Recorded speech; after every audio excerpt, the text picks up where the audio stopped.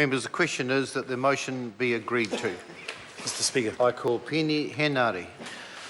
Tēnā tātou e te whare. He honore, he kororia ki te atua, he mau ngā rongo ki runga i te mata o te whenua, he whakaaro pai ki ngā tāngata katoa. Āmine. Tā te mea e oku whanaunga, kua mea mai tō tātou whare, me kaua e timata tō tātou huihuinga i te ata nei, nā runga i ngā manaakitanga o tō tātou kaihanga. Ka wai honātu mā taua karakia tō tātou whakatau ia koutou i te rāne. Nō reira, haere mai rā koutou, haere mai rā koutou, haere mai rā koutou. Tāpai nei o koutou aitua ki runga i te tāhuhu o tō tātou whare. Ka tukuna mā koutou, o tira mā mātou, mā tātou. Rātou e tangi haere, haere, haere. E oku rangatira, e oku mātua, e oku tini whanaunga. Kua roa rawa tō koutou takahanga ki runga i tēnei huarahi. Kua tae mai rā koutou ki roto i tō tātou whare i te rānei me te whakaaro mō ngā rangi kei mua i a koutou, o tira kei mua i a tātou katoa. Nō reira, mōku neina e hara hau i te oro, i te kōrero, i te wahāno i ngā kōrero a te minita mō te kiko o te pire i te rānei. E mōhio ana koutou, e mōhio ana mātou. Ko te anga o te titiro ānā mō ngā uri whakatupu e haere ake nei. Nō reira, ka mihi atua hau ki te minita o ngā āpiha mō ā rātou mahi ki te whakatutuki i ngā moe moea i ngā nawe. O Kawerau a Maki, ana ka kite tātou ki roto i ngā kupu o tēnei pire. E oku rangatira, ka huri atua hau ki te reo tuarua. Kia tā te mea, i au e kōrero Māori ana, ka kitea hau i ngā tāngata e mōhio ana ki te reo Māori e whakaai ana. Ko te hia, kia whakaai mai ngā tāngata kore reo Māori. Nō reira, ka tahuri atua hau ki te reo tuarua, Mr Speaker. Today we are celebrating a good and just settlement. Although, as with many settlements, Mr Speaker, the redress provided is just a small portion of the actual loss. But it is an unfortunate fact that there are significant problems emerging in the settlement process. It is with some regret that I raise this matter today, Mr Speaker. Te Kawerau a Maki may be thinking they were lucky to get their settlement in just before Minister Finlayson gave up on the Auckland negotiations. And I say this as the member for Tāmaki Makaurau, because there are many other treaty settlements that we could also be celebrating today as whanaunga. Sadly, and I say this as a member of the Labour Party, which does not, never has and never will play politics in this area. Very shortly, Mr Speaker, the House is aware that next month we will be remembering 40 years of the Treaty of Waitangi Bill, which initiated these settlement processes and the very discussions that we're having in the House today. However, I do believe, Mr Speaker, that the Minister has floundered with the treaty settlements and the cracks are starting to show. There is a lot of respect for what the Minister has achieved, but it appears, sadly, in Tāmaki Makaurau, he is running out of commitment in some parts of the country, and this, to me, is quite troubling. As I understand it, there was considerable goodwill when Sir Douglas Graham began the negotiations in Auckland in 2009, and the Minister has mentioned this. Ngāti Whātua o Kaipara, Ngāti Whātua ki Ōrākei, and the Tāmaki Collective were signed in 2012. But this is now the first treaty settlement in 3 years in that region. These are not large settlements by any scope, but the pace of progress in Tāmaki Makaurau is slowing to a crawl and in some cases completely come to a halt. And the slow pace of settlements, Mr Speaker, in Tāmaki Makaurau is obviously causing trouble for some of his colleagues. Last week, the government announced that it had reached agreement with Tāmaki Makaurau iwi over housing.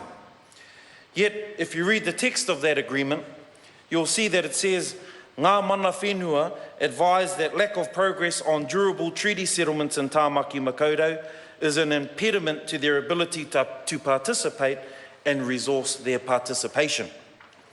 I know from talking to some of those iwi that are mounting frustrations and a sense of hopelessness. We see that with the threats of litigation and with iwi going to courts or to the Waitangi Tribunal in order to have their frustrations resolved, surely can't make for a smooth pathway forward. The Minister ordered a halt. Scope this bill. Tēnā. The Minister ordered a halt to negotiations in Hauraki because he does not negotiate with iwi who are in litigation against the Crown. Mr. Speaker, I am speaking directly to the wider Tāmaki Makaurau rohe, and I do so in respect to this bill because of the large competing interests and indeed the politicisation of many of the aspects of settlements in Tāmaki Makaurau.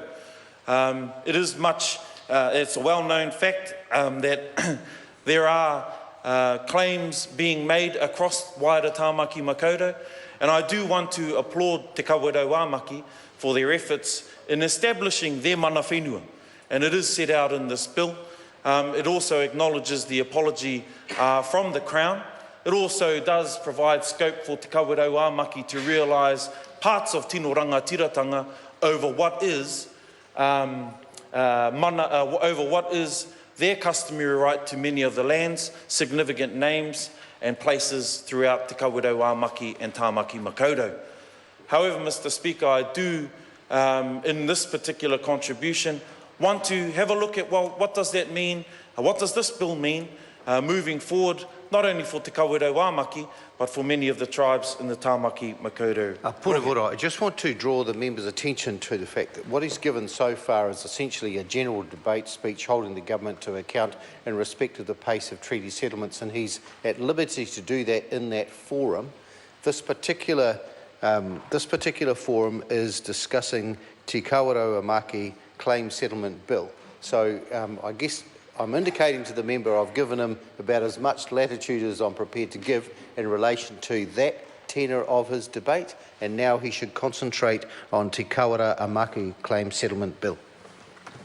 Tēnā koe, Mr. Speaker.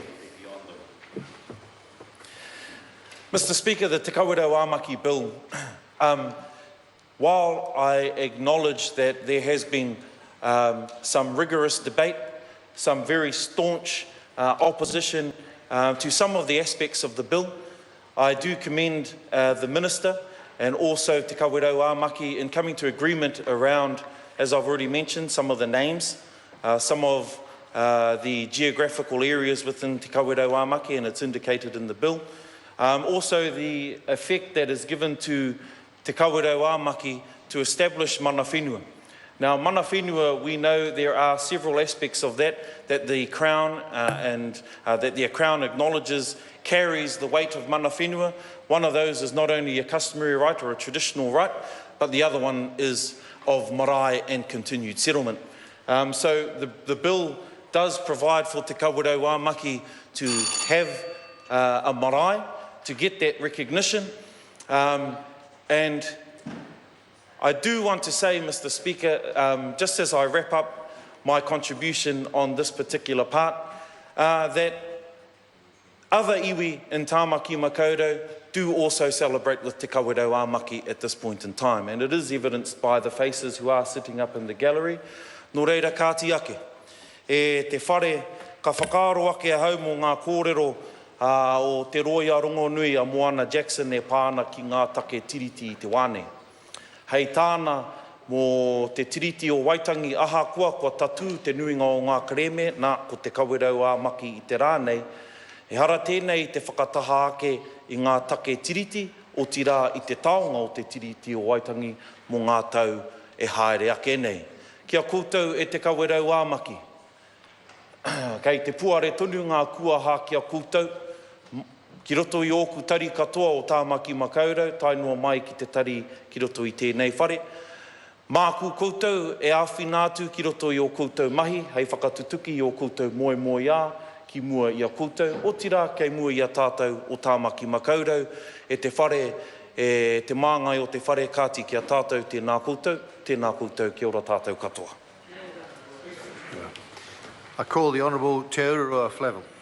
Tēnā koe e te